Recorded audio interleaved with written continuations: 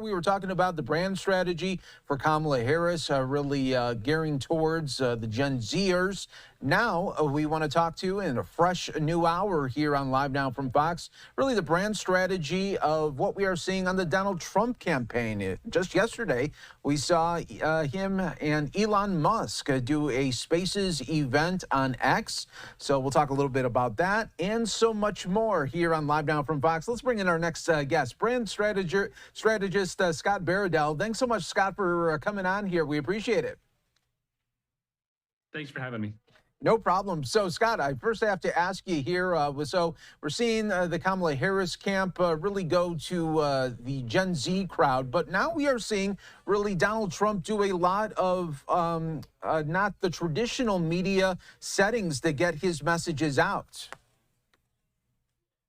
Yeah, I mean, I think that Donald is definitely realizing he's going to have to step up his game a little bit, and he's trying some different things. And of course, he has an ally in Elon Musk. But, you know, ultimately, Donald Trump is Donald Trump. And what people love most about him is that he doesn't change. And I think if you look at some of the criticism that that Donald Trump has gotten, his allies and the people that support him don't really see the basis of the criticism, because they see a lot of consistency in how Trump presents himself and always has, no matter what wrinkles may be added to the equation.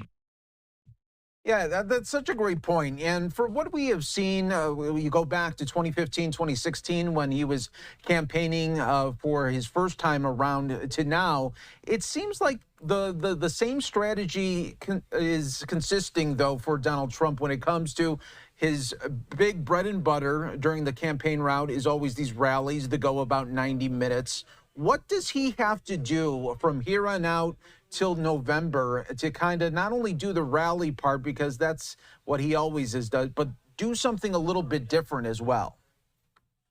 Well, he certainly, you know, now reintroduced himself to Twitter, or X, which was obviously a huge aspect of his campaign, probably the biggest non-rally piece of his approach. And we'll see how much he ends up using it versus Truth Social. But I think, you know, let's look at the kind of thing that Donald Trump does and how people respond to it. At the National Association of Black Journalists, when Donald Trump made the point, and I think he did so in a way that, at least to people who are Trump supporters, they saw the humor in it, when he said that Kamala Harris had until recently not been black, as he said it. And I think the joke was that, you know, as J.D. Vance pointed out, this was a candidate who Donald Trump was trying to point out has been like most politicians, where you change how you present yourself based on the audience that you're presenting to, which is a contrast to Donald Trump, who, say what you will, whether he's in front of the National Association of Black Journalists or another audience, he's always just going to be Donald Trump. He doesn't present himself differently to different audiences in the way that basically historically virtually every politician has. And I think that's been his number one distinction and differentiation that has led, besides his views on positions, that has led people to support him. And how that's been presented in other media is Donald Trump is racist. Donald Trump is saying that she's not black when she obviously is. But that wasn't the point he was making at all. So you've got this fundamental disconnect in how the issues in the campaign are being presented. And even, is this Donald Trump being funny? Is this Donald Trump being serious? Well, the answer is yes and yes. But his audience knows that about him. It's been 8 years, Mike. People know Donald Trump at this point. So I think that's what we're talking about here more than anything, is Donald Trump continuing to do the things that have always worked for him. Yeah, those are all great points there. And Scott, I want to ask you another really factor with Donald Trump. He seems to always have a way of he doesn't get around with saying something that he wants to put through, but will do it in a way where it'll get a lot of eyes and attention on it. For example, he'll say something, I shouldn't say this, and then he'll say it, and then it'll almost say, well, he didn't want to say it, but now he wants to bring that to the eyes of the voters there. How is he able to do that and keep that messaging just like that? Yeah, I mean, it's the same way he's able to and been able to pull these big crowds at rallies for years and years. He's a showman. He is an entertainer in addition to being a politician and a businessman and those things. And kind of that whole gamesmanship of saying, "Oh, let me let you in on a little secret," is just is it's part of that. It's part of what he does to draw people in. And people that don't like him will always kind of demonize basically everything he does and how he does it. But the reality is, there's a reason why he has the level of support he has.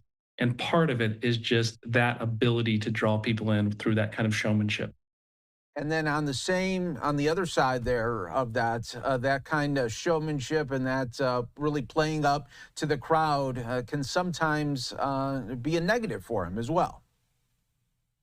Well, absolutely. But I think we're at a point now, 8 years into Donald Trump as politician, that, people know what they think about Donald Trump. And I think the what you're going to see in terms of the vote this year is going to be more about turnout than anything else. Who's able to turn out more voters than the other side? I think, yeah, there's certainly been some changes around the margins. There have been more Hispanic voters who have come around to Donald Trump.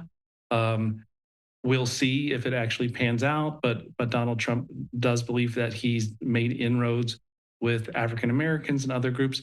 But I think that's really more less of a reaction to any change in Donald Trump than some of the more extreme elements of the other side that have turned people off. And so I think that it's really more that than anything Donald Trump has done. I do think Donald Trump has a little bit, not talked quite as much about the 2020 election being a fraud. I think that's something that's in the past and people want to look forward. So I do think he's doing that more. So I think that's certainly been a positive for his campaign.